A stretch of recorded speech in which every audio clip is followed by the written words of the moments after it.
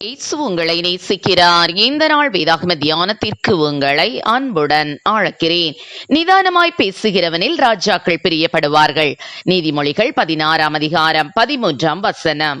ஒரு காட்டில் ஒரு பெரிய ஆலமரத்தின் அடியில் பார்வையற்ற ஒருவர் அமர்ந்திருந்தார். அவ்வழியாக ஒருவன் வந்து, ஏ கிழவா, இந்த வழி எவனாவது வந்தானா என்று கேட்டான். பார்வையற்ற முதியவர் இல்லை என்று பதிலளித்தார். அவன் போன பிறகு அவ்வழியாக வந்த இன்னொருவன், ஐயா, எனக்கு முன் இங்கு யாராவது வந்தார்களா என்று கேட்க, சற்று முன் ஒருவன் அவ்வழியே சென்றதாக சொன்னார் முதியவர். சிறிது நேரம் கழித்து அவ்வழியாக வந்த மூன்றாமவன், மதிப்பிற்குரிய பெரியவரே, வணக்கம். தாங்கள் எனக்கு ஒரு உதவி செய்ய வேண்டும். நான் வருவதற்கு முன்பாக வேறு யாரேனும் இவ்வழியாய் வந்தார்களா என்று கேட்டான். அந்த முதியவர், மன்னா வாழ்க, உங்களுக்கு முன் முதலாவதாக ஒரு வீரனும் இரண்டாவதாக அமைச்சர் ஒருவரும் இவ்வழியே சென்றார்கள் என்றார். இதை கேட்ட மன்னருக்கு அதிர்ச்சி. ஐயா, உங்களுக்கு கண் தெரியாது. அப்படி இருக்க என்னையும் எனக்கு முன் வந்தவர்களையும் மிகச் சரியாக எப்படி கண்டுபிடித்தீர்கள் என்று கேட்க முதியவர், மன்னரே, ஒரு நபரை இன்னார் என்று கண்டுபிடிக்க பார்வை அவசியமில்லை.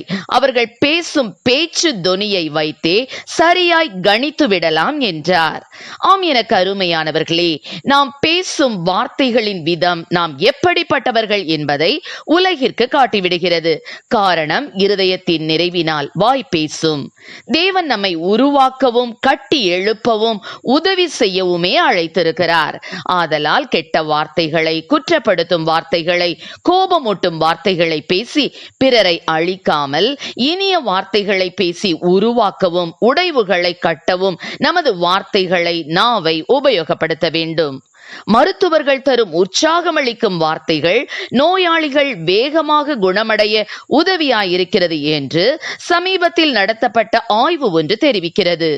ஆம் பிரியமானவர்களே, என் வாயின் வார்த்தைகளும் என் இருதயத்தின் தியானமும் உமது சமூகத்தில் பிரீதியாயிருப்பதாக என தாவீது கூறுகிறார்.